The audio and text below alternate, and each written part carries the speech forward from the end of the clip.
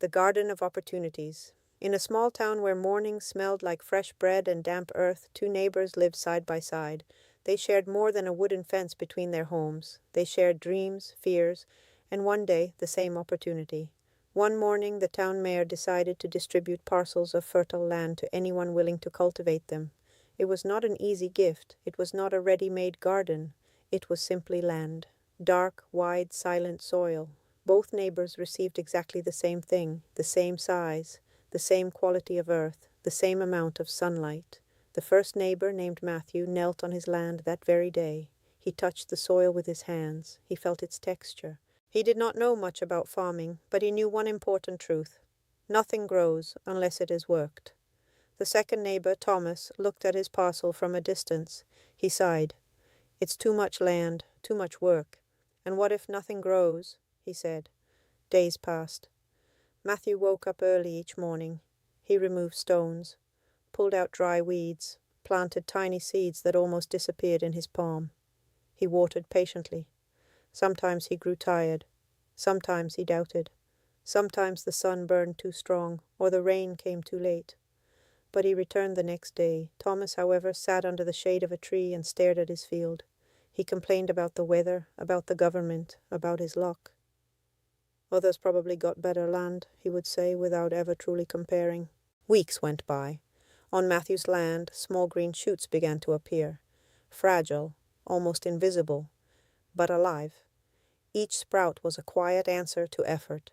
On Thomas's land, nothing changed. The soil remained soil. No flowers, no fruit, no transformation. One day, Thomas looked at his neighbor's flourishing garden. There were red tomatoes, fresh lettuce, flowers attracting butterflies.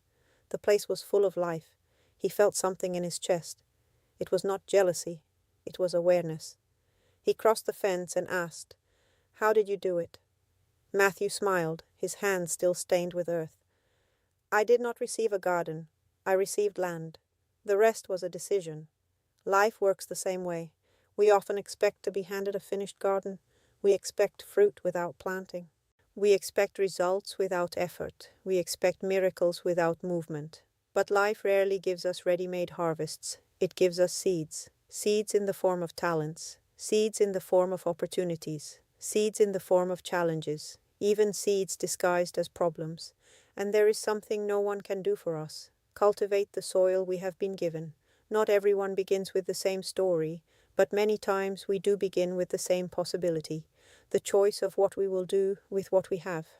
A garden does not bloom by accident. It blooms through consistency, through faith, through small actions repeated when no one is watching. Perhaps today your field feels empty. Perhaps you look at someone else's life and believe they received something better. But ask yourself honestly, am I planting? Am I nurturing? Am I working my soil? Because life gives seeds, not harvests. And every single day is a new opportunity to kneel on your own ground and begin again. If this story touched your heart, I invite you to subscribe and help me continue growing this beautiful community of faith, hope, and transformation. Thank you for being here. I will see you tomorrow with another story that speaks to the soul.